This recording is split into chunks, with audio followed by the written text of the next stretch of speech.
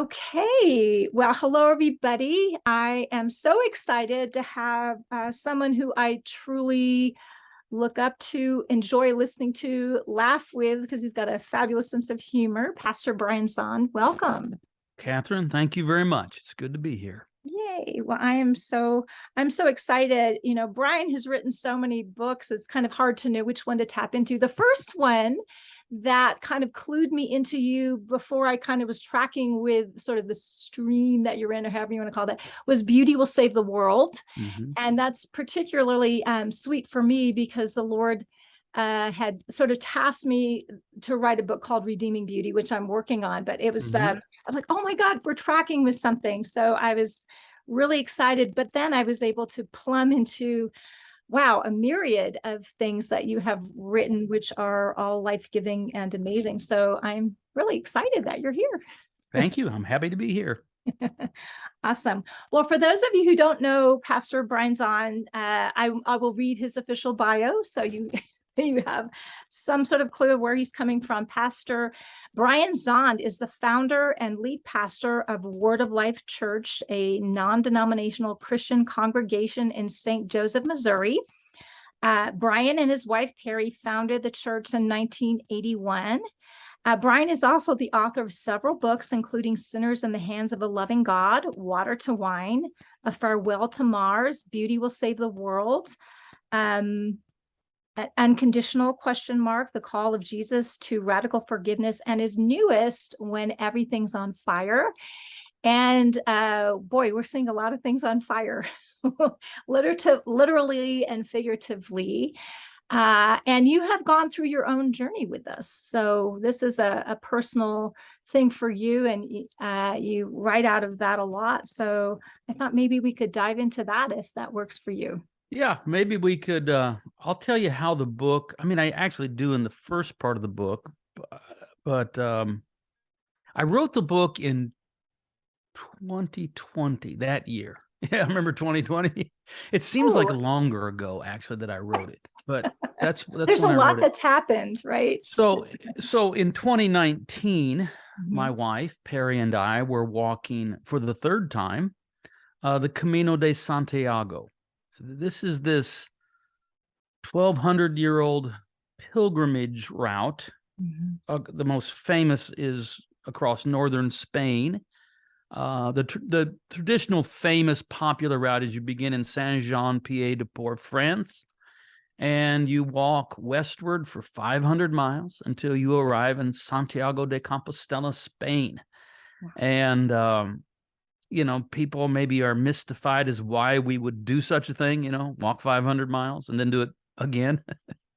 Because it's the best thing for me.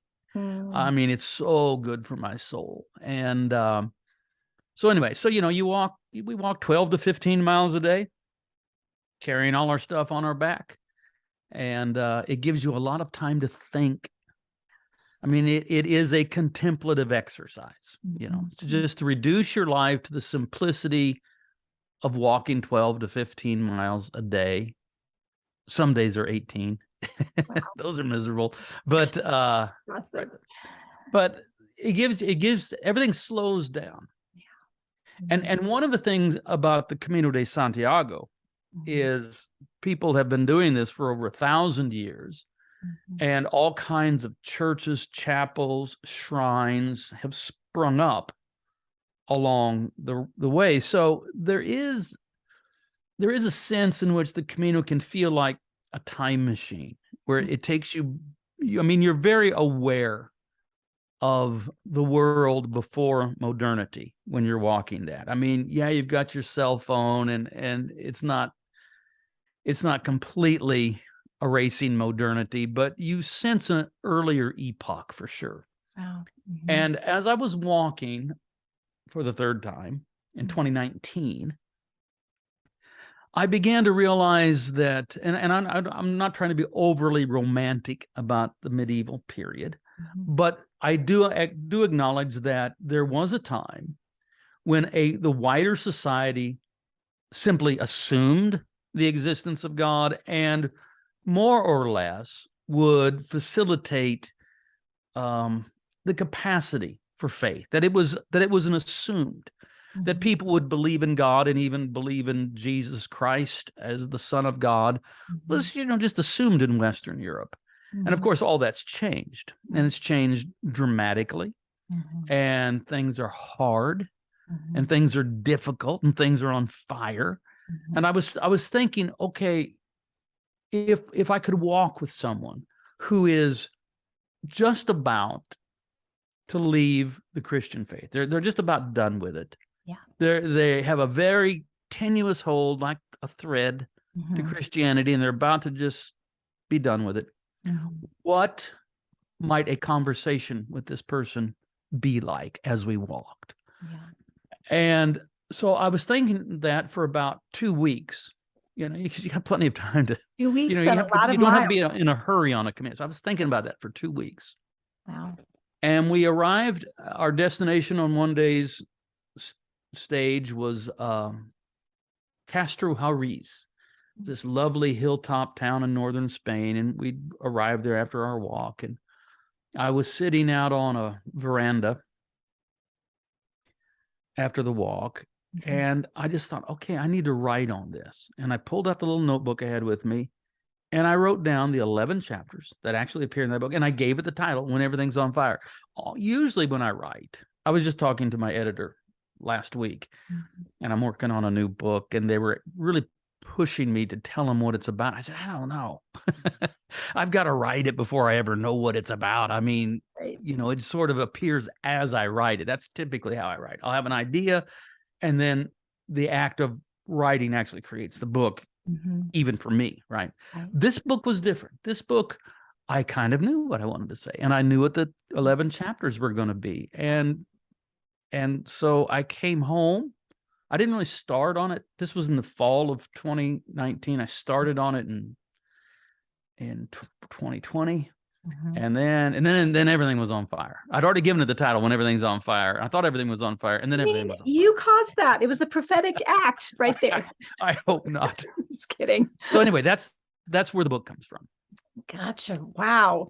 And very interesting that it was kind of downloaded as you walked and meditated. Yeah, and that's an unusual experience for me. Usually I have an inkling of what I want to say in a book, and then and it's frustrating to my literary agent and my editor who want me to tell them a year in advance what a book's going to be like. I said, I don't know. I got to write it, and then we'll know. I do when I know. But this one was different. This one I did know. Wow, that is amazing. And I love that you had a very specific audience in mind. I'm hanging on to Christianity by a thread. Right. Because I've been so assaulted by whatever. And I'm not growing up in a culture where we're assuming God, we're assuming Jesus as the Christ. And, so that's fascinating. So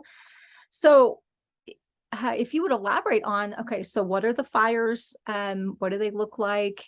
How do we address these fires in our hearts? Yeah, I don't really, I don't know. In the book, I don't really enumerate it. Here's the things, but that is my metaphor for a Christianity imperiled. Yes. It was 4 years ago, whatever it would be. Today's the 18th, so 3 days ago, April 15th, 2000. I guess it would be 19. Is that right? Yeah. That's the fire of Notre Dame. Yeah. And I've been to Paris a lot, and I love Notre Dame Cathedral. I mean, I really do. In fact, I love it so much that when I'm in Paris, depending on where I'm staying, I will often visit it every day. I'll go every day if I can. Nice. And I just love the place, and I have lots of reasons, but I just do. And 4 years ago, it was during Holy Week. Was it 4? Was it 5? I'm a bit off here. It doesn't matter. Somebody can find out when it was, but it was during Holy Week. It was the Monday of Holy Week, and we'd just come out of a noon Holy Week prayer service in our church, and I got a little, as you do, a little message on your phone that Notre Dame was on fire. And I could hardly have been more shocked if I had received a message telling me that my house was on fire. Right. And so I rushed home, turned on the television, and just was transfixed and wept. I mean, tears came to my eyes as I watched this grand, noble, medieval cathedral going up in flames, and it looked like, and we thought maybe the entire cathedral was going to be lost. Yeah. And I mean, I was conscious even in them. I mean, there were tears in my eyes, just actually for the building itself, for Notre Dame, this great architectural wonder, this one of the most beautiful, cathedrals in the world. Yeah. But I was aware, even in the moment, that my tears were also for the power of the metaphor that I was seeing. Yeah. That there's so much, with scandals, with just the challenge of modernity itself that Nietzsche kind of foresaw and foretold. The church seems to be in a perilous condition. And there is the possibility, at least not, if not, I don't mean necessarily for the whole world, but for any given Christian to lose the church, to lose it. Yeah. Let me keep going for a moment here with that story, though. What I found interesting was how moved Parisians were. In some ways, Paris is sort of I don't know, you could call it the epicenter of Western secularism. Yeah. I mean, a picture of secularism is just the Parisian walking past Notre Dame with shoulder shrugging indifference. Right. But on that day, they did care. Yeah. And they might not have known how much they did care about Notre Dame until it was on fire. Again, I'm talking about a building, but I'm talking about more than a building. Of course. And so I wonder at times that are there more people than we suppose who they say they're done with the church, right? But they secretly, maybe even it's a secret to themselves, that deep within them, there is this notion, but I still want the church to be there in case I need it. Right. And that if the church could actually be lost, they would be devastated. Yeah.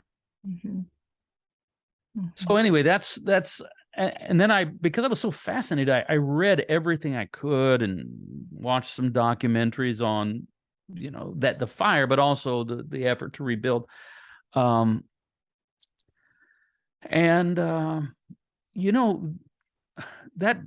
cathedral almost was lost. If the two bell towers had collapsed, the whole structure would have come down. Exactly. And it came within maybe a half an hour of that happening. And the reason it was saved was a particular fire company volunteered, after another company had refused. A particular fire company said, we will pull these hoses up into these towers. And I've walked up into those towers. These winding staircases. Wow. And they knew it was, hazardous. Wow. And to go, carrying all of your gear and the tanks and smoke and then to go up in there, but they were willing to risk their lives to save that edifice, that cathedral. And I thought, well, I want to do all I can to, I don't want to even finish the sentence because I don't want to say save the church. That's not my job. That's Jesus. Upon this rock, I'll build my church. The gates of hell will not prevail against. I get that.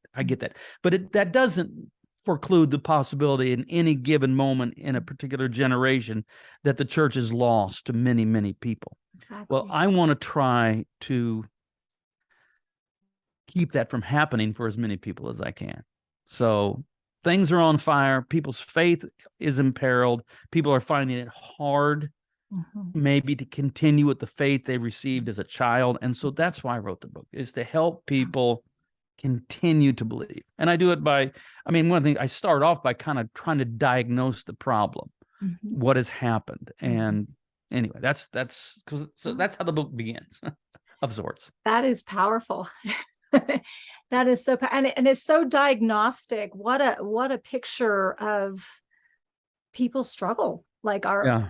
our faith in individually, corporately is in peril. I mean, Christ is good, Yeah. but individually, people do lose their way. And the fruit of that is disastrous. And we deconstruct until we have no construct, and then we have no meaning, and then we might as well just stick our head in the oven.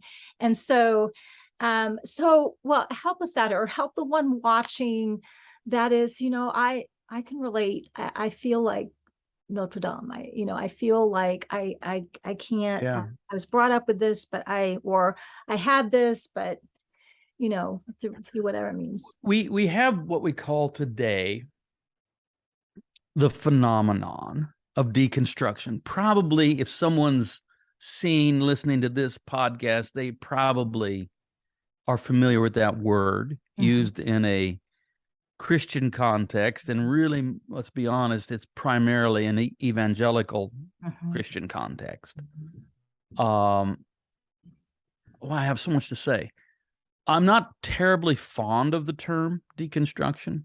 I'm not going to scold someone for using it. I understand why they would do that. But I mean, my first pushback would be, I know enough philosophy to know what deconstruction actually is. It is a philosophy of language given to us by Jacques Derrida. And the way we use it currently in our current Christian crisis is not exactly what Derrida means by deconstruction, but so be it. I understand, though, that a person can reach the point where the Christianity they have inherited, that was passed on to them in one way or another, seems no longer sustainable. And so they've reached a point where they have to critically rethink some things. And so you can call that deconstruction if you like. But you have to understand, deconstruction is not an end. It's a technique. It's a means. It's a process that many, through really no choice of their own, are going to have to walk through. And so I want to help people do that in a way that when you begin the process, and hopefully there's some resolution to the process, and there's some kind of faith left. Yes. Now, I think you alluded to this very early, maybe even before we started recording. I can't remember, but I have my own story of something like this that began almost 20 years ago. And I would never have called it deconstruction. No one was using that term. That term was not in vogue then. Right. But what happened with me, I was in my early 40s, and I had been, at this point, I'd been in ministry I'd been a pastor for 20 years. And I just felt like, when I say felt, I mean, it wasn't just an opinion I held, but it was a crisis deep within my soul that Jesus deserved a better Christianity than I knew. For me, this particular crisis of faith that really began in earnest in 2004, there were antecedents, but it really began in earnest in 2004. It wasn't a crisis of faith regarding Christ, but regarding Christianity, which sometimes it helps make a distinction between the two, right? And what I was really beginning to rethink was, I would describe it as Christianity American style. It felt too thin, too modern, too contemporary, too American, I guess would be one phrase to use for it, too commercial. I could use all of those kind of words. And so it sent me into a kind of desperation mode to find a better, worthier Christianity. Now, this could happen to anyone, I suppose, and I'm sure it does, but I mean, to lots of people, but sure. It's hard. Mine was a little bit unique in that I was doing this as a fairly well-known, visible pastor while pastoring the church. That is quite the tightrope. Yeah. So I was doing this very publicly. Yes. And making changes. And so I've been through that. I know what it's like to go through that, at least to a certain extent. I know what it's like. Sure. My metaphor, and then it's in the memoir I wrote about that period of time in my life it's called Water to Wine, because in the end, that's what it felt to me like. I mean, yes, there was the initial anxiety, the disappointment with what Christianity I knew. Mm-hmm. And so, what are you going to do with that? Right. But, seek and you shall find. And I did begin to find richer, deeper, more historic Christianity that I could live into, both as just a believer, but also as a pastor. And for me, it was like Jesus turning the water to wine. What had happened in midlife is the wine had run out, and it was like, what is the party going to be over? And what happened was the miracle of Cana.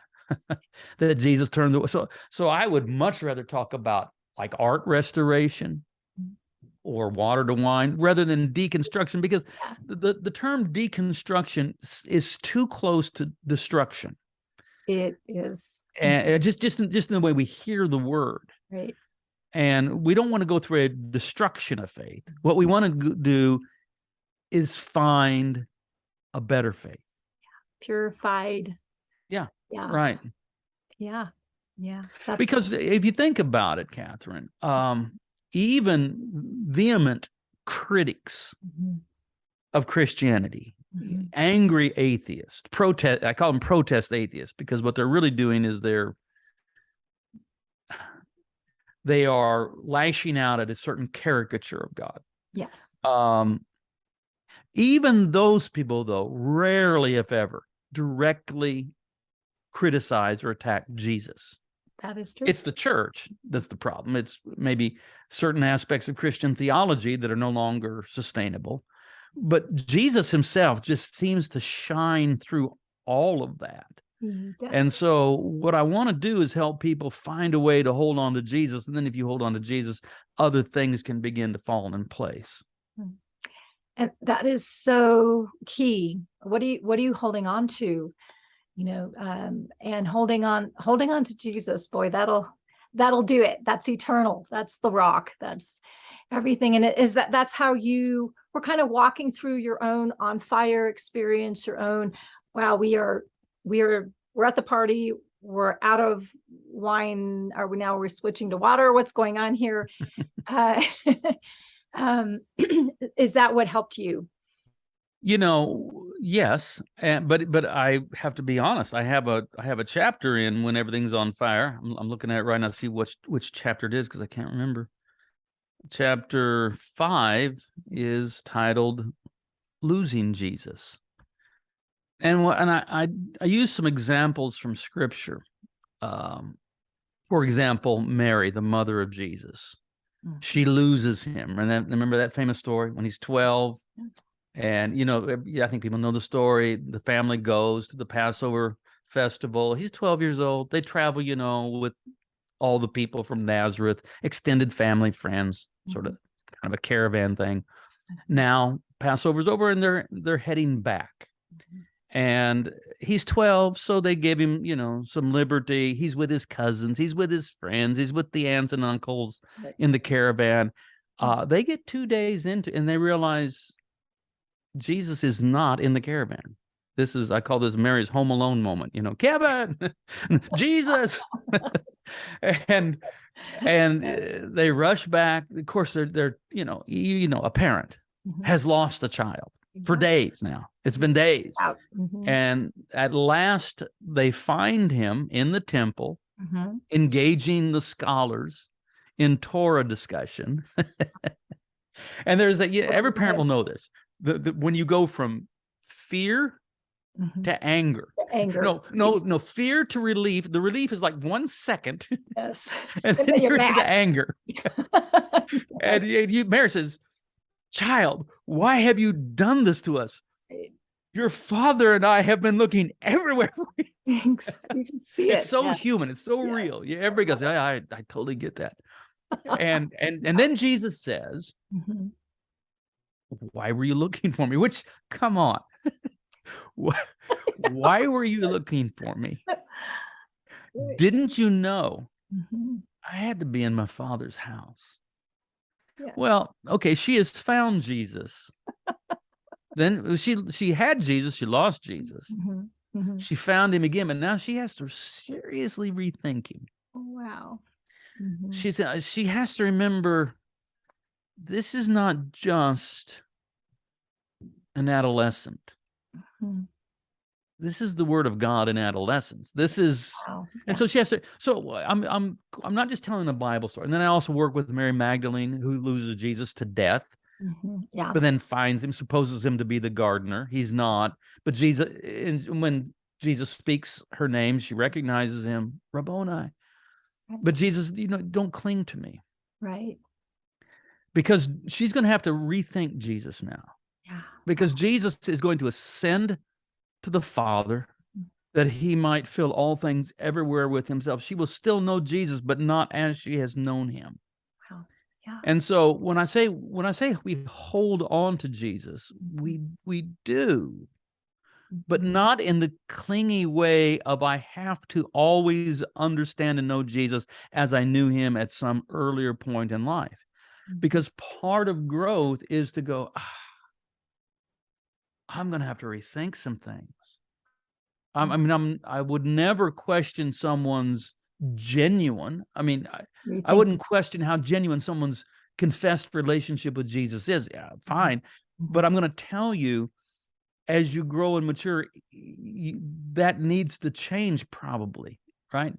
Are we going to say that I understood the Son of God perfectly from the moment that I, in some way or another, became a believer? No, that's where we start. Right. And sometimes the only way to move forward is to, for a season, lose Jesus, to feel like we lose Jesus. Lose the old version that we were Yeah. related to. Mhm. And so I play around with the Good. thought of the caravan that Jesus is not in. Mhm. For every year he's always come back to Yeah. Nazareth Yeah. with this bunch, Mhm. but this year Jesus is not with them. And that can be an experience for people. Now, Mhm. and one of the options is, I don't recommend it, but what a lot of people do is they'll just pretend. Let's just pretend that Jesus is still in this. Oh. And maybe Jesus is not in that movement at all anymore. Mhm. And you may have to look in some new places. I don't want to put too fine a point on it. Mhm. But you can't say Jesus was in this movement Mhm. X number of years ago. True. We're not arguing that. Mhm. But is he still? Yeah. Or Boy, has he gone somewhere else and you need to find him? that's so good. Even as I say that, I'm a pastor of a local church. I've pastored one local church, one for That's a 41 miracle. years. So That's a miracle. I know that what I'm saying almost could encourage people to go what we call church hopping. I'm not saying that. On the other hand, I am saying something. And when people speak, when Christians speak of deconstruction, again, I already said this, Mhm. it's almost exclusively someone that comes from an evangelical, charismatic background in one way or another. Sure. That's where this phenomenon is found. Sure. That's where that language is used. And one of the bad habits within the general evangelical milieu Mhm. is to think that evangelicalism is the only true Christianity. Yes. And that's a double-edged sword. People that are in it enthusiastically, okay, maybe for a time, it's not true, but at least, it adds some sort of energy to what they're doing. But if you reach the point where at least certain aspects of evangelicalism are no longer really an option in your life, then you end up thinking, well, I'm done with Christianity. Right. It's all, we're throwing out. So which is a characteristic of fundamentalism. And so I've seen people become fundamental Christians and then within 6 months become fundamental atheists. Yeah. But they're still fundamentalists.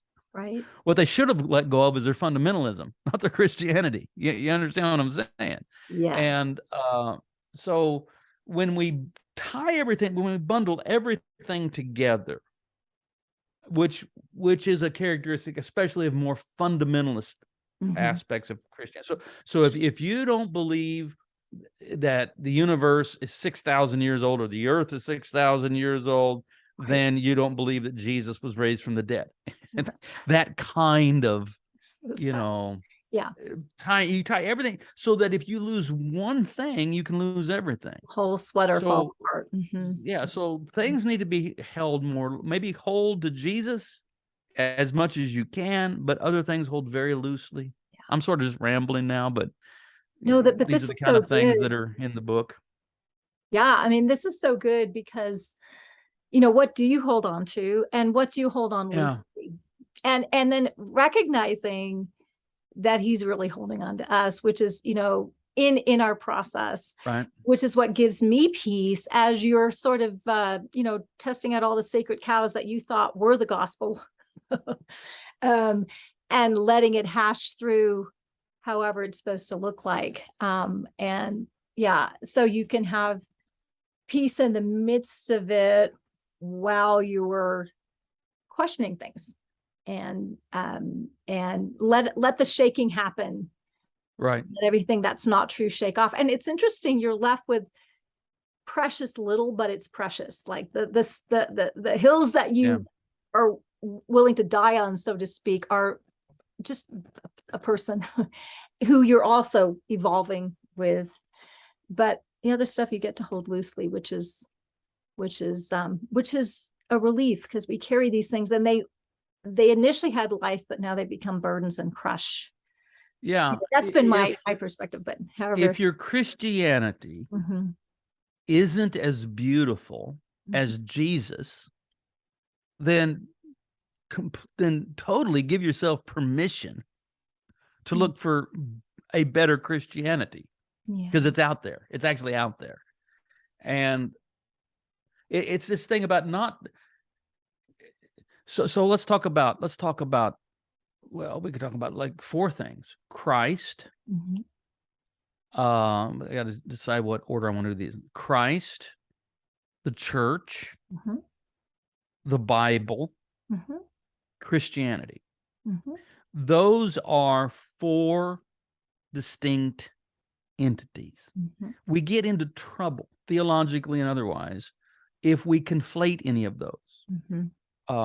So, you know, you'll have people that say, you know, this is Christianity, you know, hold the Bible. No, it's not. So let me take just a little bit and unpack that. Okay, Christ, Jesus Christ is the Word made flesh, the Logos of God made flesh, crucified and risen, Lord. Okay, we get that, I think. I got to think what we want to do next. The church is the gathering of the baptized, of those who confess that Jesus is Lord and in some way or another are attempting to follow Jesus. Okay, that's so the church is a gathering. It's an assembly. It's a body of people that share a common faith and confession and intention to follow Jesus. The Bible is the canonical text. Canonical meaning from canon rule. These are the set scriptures that we call sacred and inspired and authoritative within our faith. And then fourth, and this is where I'm going to lose some people, but I'm going to reel you back in. I'm going to help you. Christianity is the religion that grew up around Jesus Christ and the confession that he is Lord. And people say, no, Christianity is not a religion. Yes, it is. And it will help you so much to acknowledge this.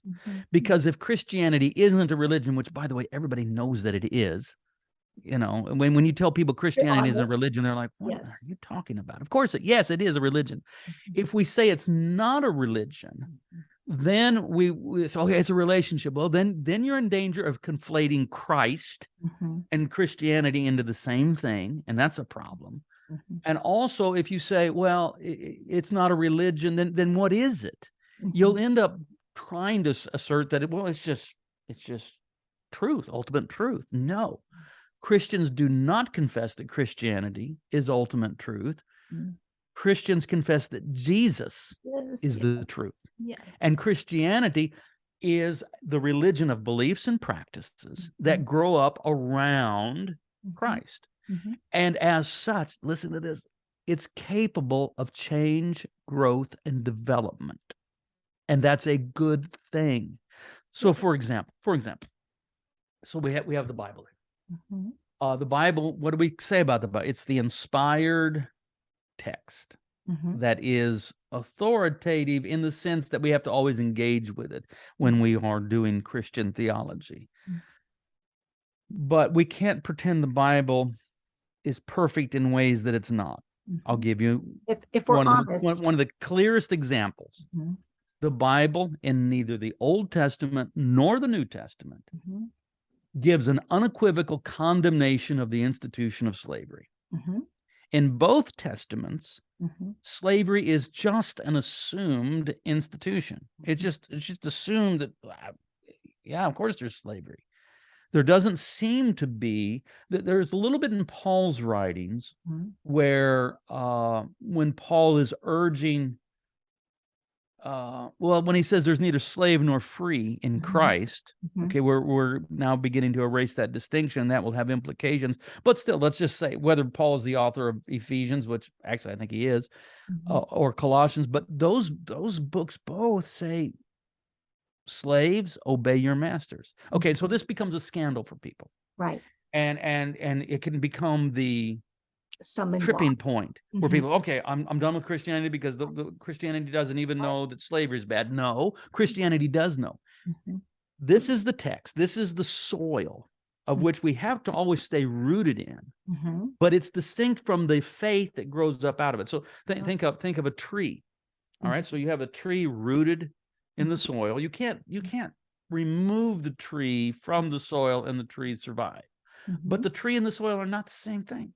Oh, that is good. So if Christianity is a growing, living faith, it is capable of producing branches, limbs, and boughs of abolition, as it in fact has.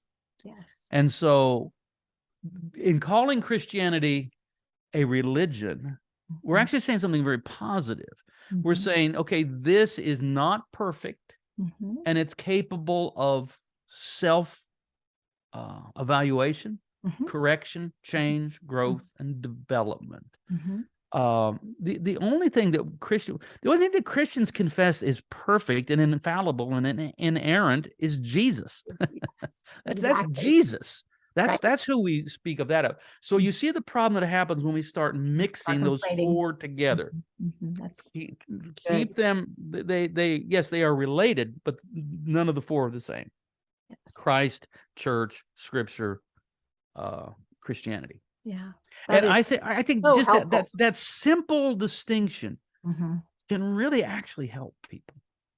And so you don't have to be done with Jesus if the Christianity that you presently know and experience is no longer tenable. Yeah. I mean, I what I'm about to say, people could critique, and I could critique, but try to take it in good faith. There are better Christianities out there to be found if you'll go seek them out. Yes. Okay. Yes. That are more or there's better theology. Christ. You know, if you're scandalized by some of your own theology, Mm-hmm. you know, you think, well, I have to believe this. I doubt that there are many, if any, theological problems that the church hasn't been addressing for many, many centuries, Mm-hmm. and actually doing it credibly Mm-hmm. and helpfully. But you may not find that in the little niche corner of your Christianity. So when you realize, no, Christianity is much bigger, much richer, Yeah. much broader than my own particular narrow experience of it. Yeah. So that's what I encourage people. Well, maybe look around a little bit before you're just done and It's walk the away whole from the whole thing. thing. Maybe look around. Mm-hmm. In another book, I think it's in Beauty Will Save the World. It's not When Everything's on Fire. I talk about Christianity as a vast, glorious cathedral. Mm-hmm. Oh. And if you've been in these big cathedrals in Europe, you'll notice that all around there's chapels within the cathedral. There's, the cathedral's big, but you have chapels with their own altars and crosses and symbols and whatever. So there's many chapels. There's, Orthodoxy and Catholicism and Protestantism and Anabaptist churches and evangelical, charismatic, Pentecostal, all that sort of stuff. There's all kinds of chapels within the cathedral of Christianity.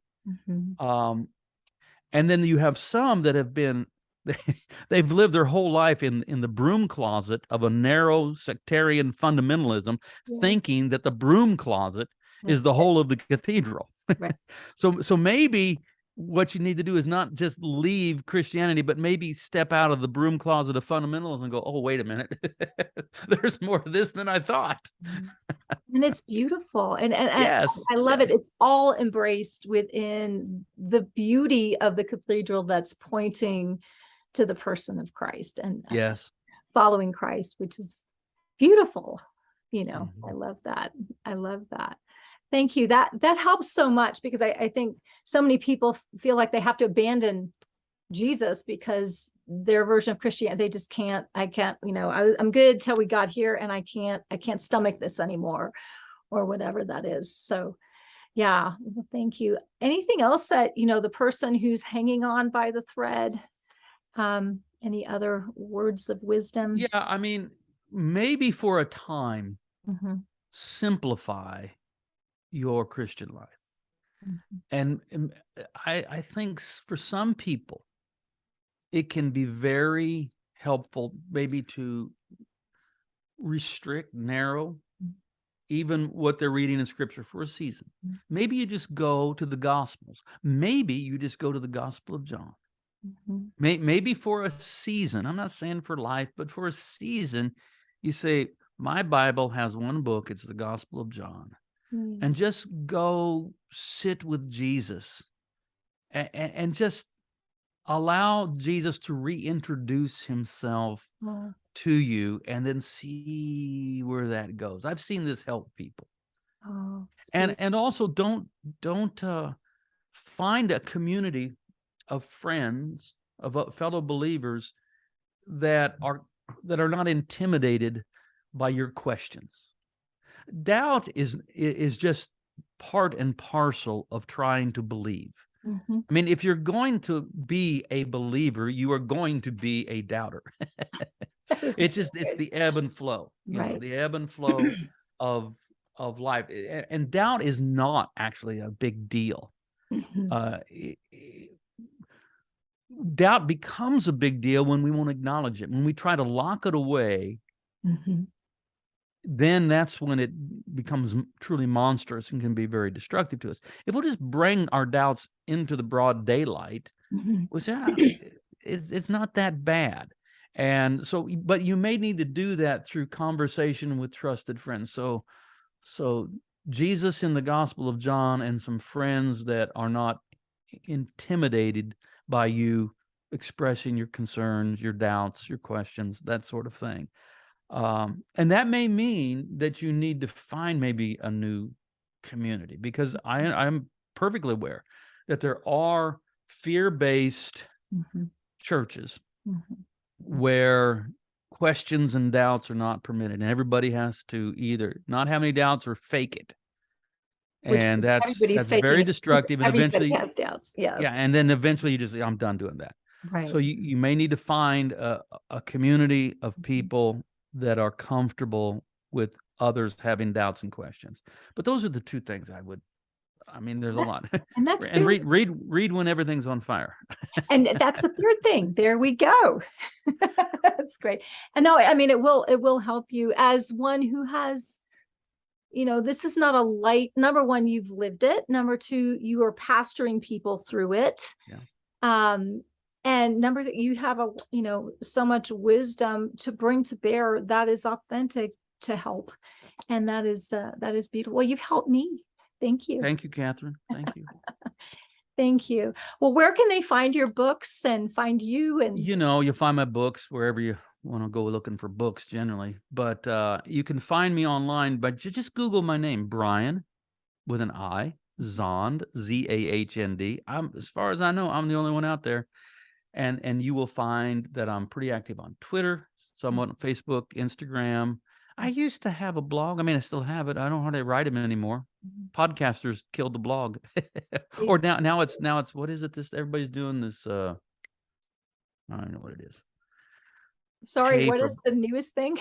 Yeah, the Okay. newest thing is the Subscriptions. Substack, which I call. Substacks. I am already behind. Yeah, but I don't do that. So, Okay. so just Google me. You'll find me. You'll find all my sermons on YouTube, and you'll also find you'll find cranks on YouTube telling you that I'm a heretic. I'm not. I'll confess the Apostles' Creed right now if you want me to. Yeah. I And you am do that solidly well every orthodox Sunday. in my faith, Yeah. but I'm not hard to find if you go looking for me. Yeah, that's wonderful. Well, thank you so much. And Brian, I just want to say thank you for coming on and being willing to share your time. I know you are in demand, and I'm grateful. And I'm grateful, honestly, for what you've unknowingly poured into my life. I'm very grateful. Thank you. It's very good to meet you, Catherine. Thank you. Wonderful.